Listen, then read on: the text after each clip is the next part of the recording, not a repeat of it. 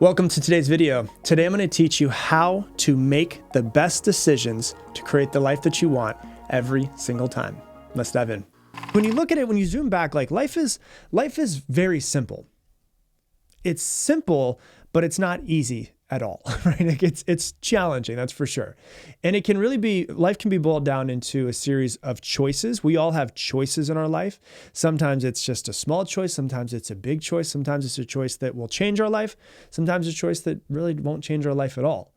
But our life can be boiled down to choices that we have in front of us and then decisions that we make. And with those decisions, we take some sort of action. Now, those decisions, they can be conscious or they could be unconscious.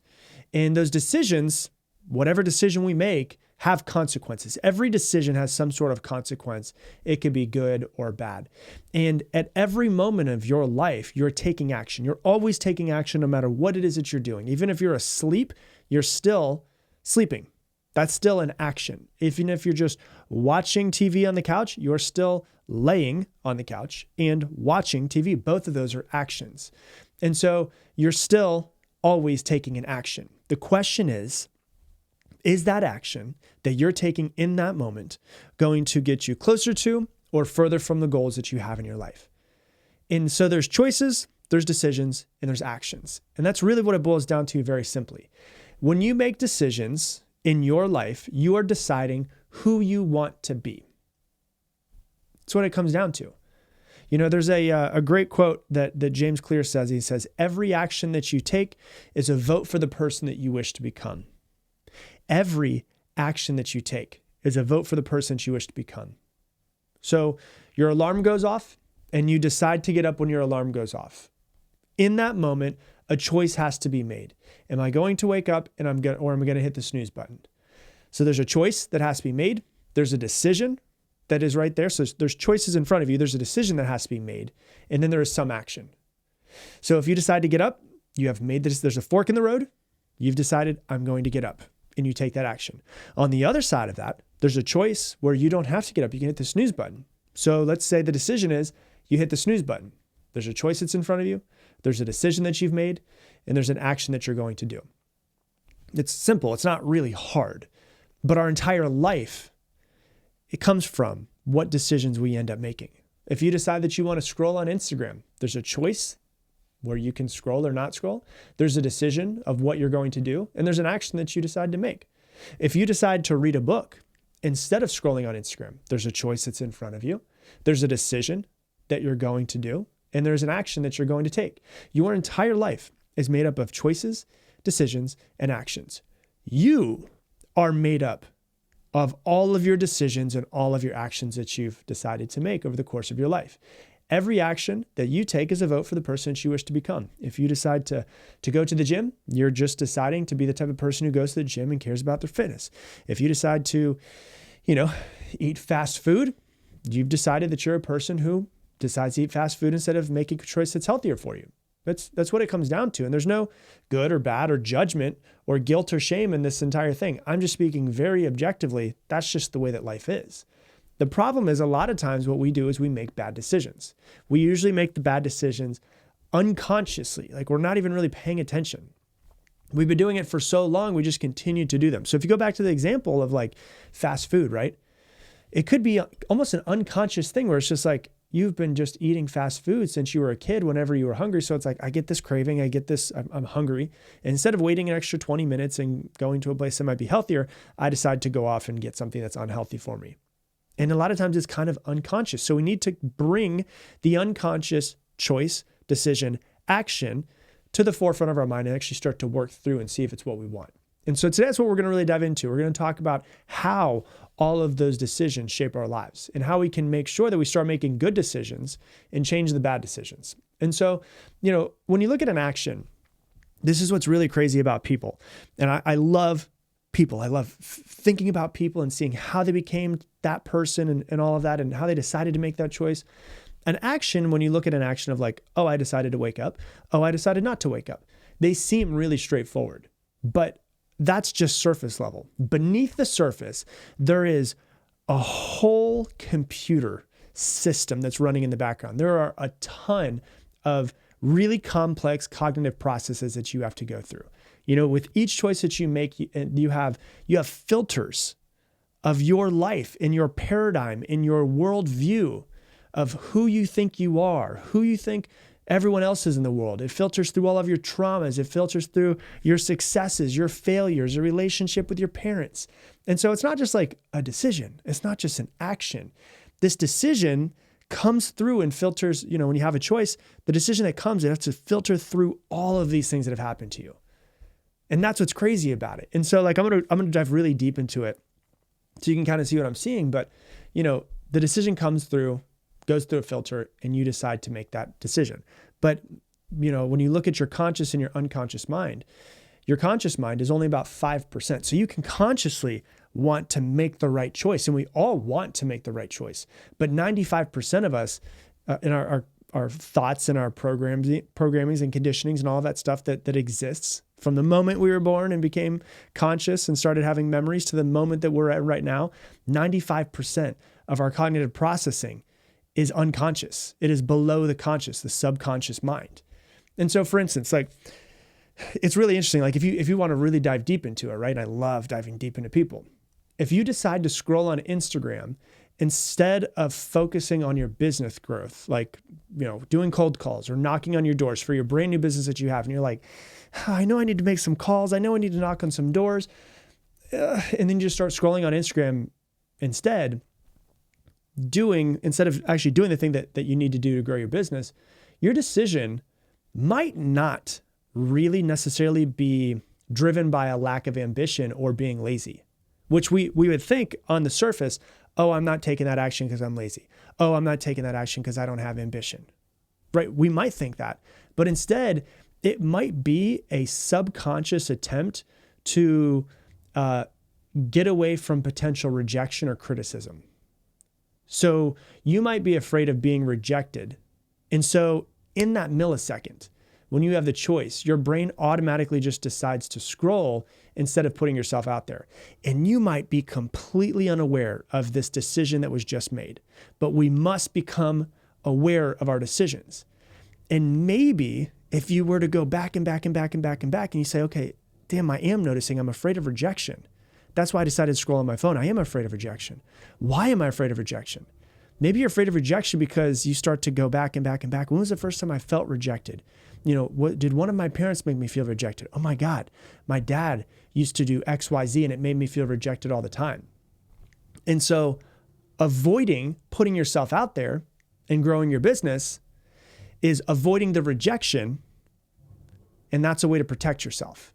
And so our minds develop these defense mechanisms, and it'll try to steer you away from situations that you perceive as threats and try to steer you towards safer territories. And a lot of times, the craziest part about it is we don't even fucking recognize it. That's the crazy part, is it just happens. And we're like, why don't I have the life that I want? Because most of our life is being lived unconsciously, and we're not really going behind the surface. So that means when you really look into it, that each action, whether it's conscious or not, contains some sort of goal, right? More often than not, that goal is aimed at self-preservation. So scrolling, instead of putting yourself out there, is actually a way of you protecting yourself. Do you see that? Because you don't want to be rejected. But you're thinking, oh, well, I'm just lazy. Well, you might not necessarily be lazy. You might not have, it's not that you don't have ambition. It's that you're actually it's a way of self-preservation. You're trying to protect yourself because you felt so rejected as a child by your father. And then, maybe something happened where you had your love of your life in high school when you're so in love, and she ended up cheating on you and you felt rejected again. It's like the example I always give to people to kind of distance yourself and take yourself out of it and take humans out of it is if you look and you see an aggressive dog that every time a human walks by, they bark at it, they get really aggressive. That dog was not born aggressive. That aggressiveness is a defense mechanism that it had to create early in its life to survive and to protect itself against something that looked like us, some other human that ended up doing something bad to that dog. It's the same thing as the last example, being afraid of rejection. Right? So it's really interesting when you start to dive into it and you go, oh my gosh, with every action that I take, whether it's conscious or unconscious, there's some sort of goal. And so my goal Could be, I really want to grow my business and that's what I need to focus on. But unconsciously, it's self-preservation. I don't want to be rejected. And so we'll talk about how to work through these things. And so let's dive into those goals and really talk about them. I don't mean like the goals in your life or the big, huge goals. I mean like the hidden goals in your choices and your decisions. Every choice and decision that you have carries some sort of little hidden goal most of the time. So let's say that you're presented with a choice. You can either work out or you can skip the workout, and you choose to exercise. Well, that goal is to lose weight, to improve your health, to live longer. Great, that makes sense to us, right? Let's say you have another choice. You can either read or you can scroll on Instagram, and you choose to read. Great, okay. Well, that goal is to become more intelligent or to hold better conversations, because the more you know, the further that you're gonna go in life. Okay, cool, that makes sense. Okay, let's say we have another choice. Let's say you can either watch Netflix or we can sit down and create a presentation for work. And we choose Netflix. The goal usually in that situation is self-preservation. Why are we not doing the thing that we know we should be doing? Like what's really behind that? We're afraid of public speaking. Okay, why are we afraid of public speaking? I don't want to screw up at it. Why don't you want to screw up at it? Because I don't want to look like a fool in front of my boss. Okay, why don't you want to look like a fool in front of your boss? Because I'm afraid that I'm going to get fired. Okay, why are you afraid that you're going to get fired? Because I remember when I was younger, my mom got fired from our job and we almost lost our house. Holy shit. I'm on Netflix because I'm afraid I'm going to lose my job. Right? Like this is a really tedious process to start to understand yourself. But when you start to backtrack, you really start to see how your unconscious worldview creates these little tiny decisions. And you realize, oh my God, I'm not just watching Netflix. I'm trying to avoid this big, huge future that I'm creating in my mind that doesn't really exist because of the time my mom was fired and we almost lost our house when I was a kid. Oh my God, there's so much behind it, isn't there? And then you realize your choices and your decisions are way more complex than you actually think they are. So what do? You procrastinate, you watch trashy reality TV to distract yourself from the uncomfortable feelings of creating the presentation. And you realize it's not that you're just afraid of public speaking, it's afraid that you could make a fool of yourself and lose your job. Wow, it's a lot deeper than you thought it was, right? Let's say there's another choice, right? You could either learn to get better with money, or you can act like it's something that you don't want to learn. And you're like, I don't want to learn that.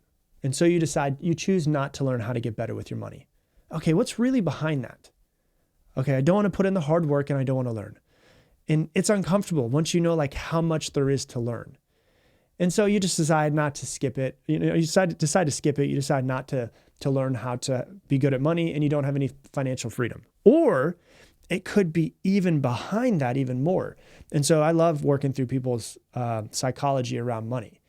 Maybe it's that you have an unconscious negative connotation around money. Like for me, I consciously wanted to make money for a long time, and I did it, and it was hard, and I couldn't push myself to do it. And then I started making money and I started spending all of it.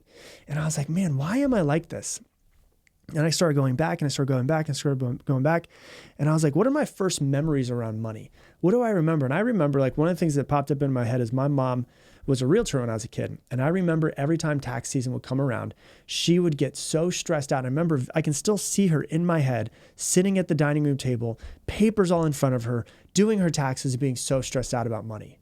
And so if something makes anything in this world as a child makes my mom stressed, would a child say that's a good thing or a bad thing?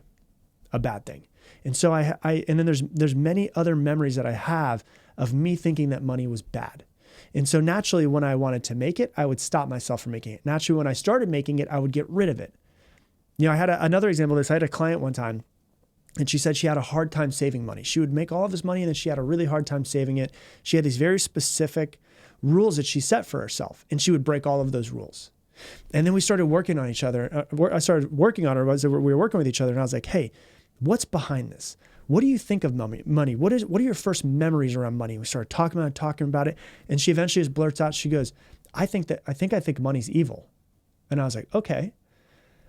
You think that it's evil? Tell me more about that. She's like, well, I think it's evil. I remember my mom saying this when I was a kid. I remember my dad saying this as I was a kid. I remember both of them fighting when I was a kid. And I remember them getting in these heated debates about money.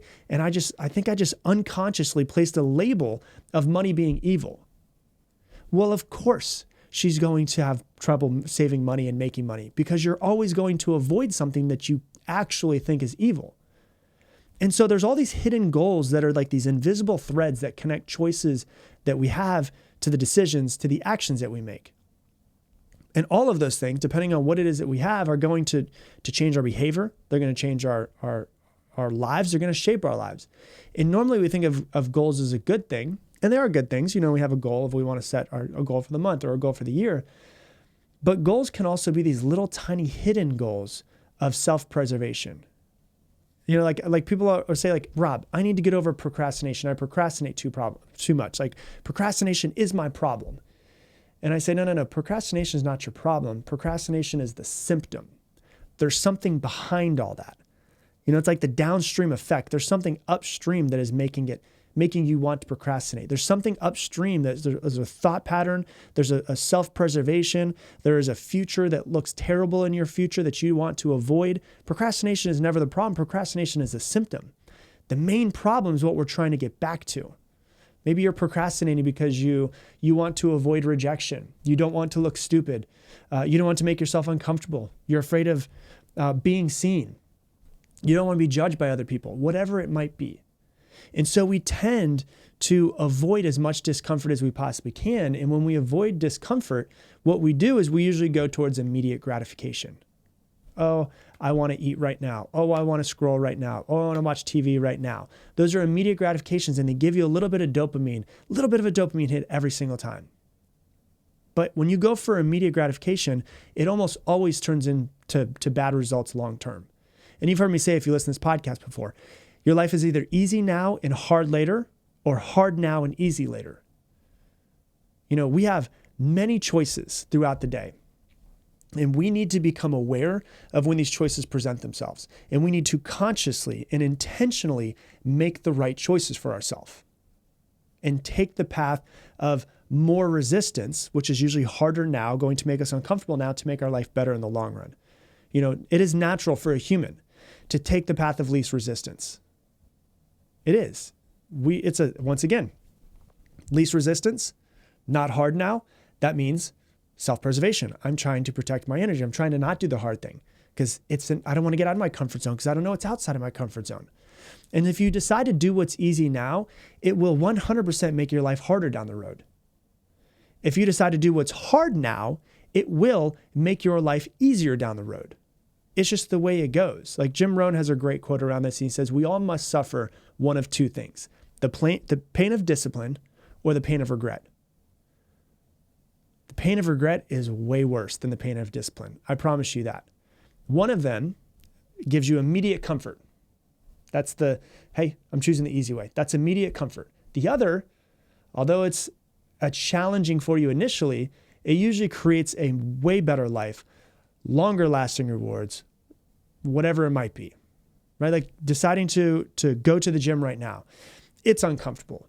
It hurts. You're going to be sweating. It's going to be harder than sitting on the couch. But long term, if you do it over and over and over again, your life will be better. We all know that. So it's about seeing when we get to this moment in our life where we have a choice and making sure that we start making the right decisions. If we choose the easier route, it's pretty much always temporary relief and instant gratification, but the path often leads us to way more significant challenges in the future, whether that's with our relationships, deciding not to talk about the hard things. Your relationship's going to be harder. Your health and your fitness, when you decide not to take the hard route, it makes your life harder later on down the road. In your business, in your money, in everything, single aspect of it. If you decide to take the easy route now, it will be much harder later on down the road. If you decide to, like, simple example, right? You decide to binge watch a series instead of studying for an exam. That's an immediate pleasure. Makes you feel better now. But it could result in a lot more stress. It could result in poor grades. It could be, academic problems later on. You don't get as good of a job. Maybe you don't graduate. You drop out. But if you decide, okay, I've got this choice in front of me. I'm going to decide not to watch TV. I'm going to decide to study. That can be hard right now. It's a lot of discomfort right now.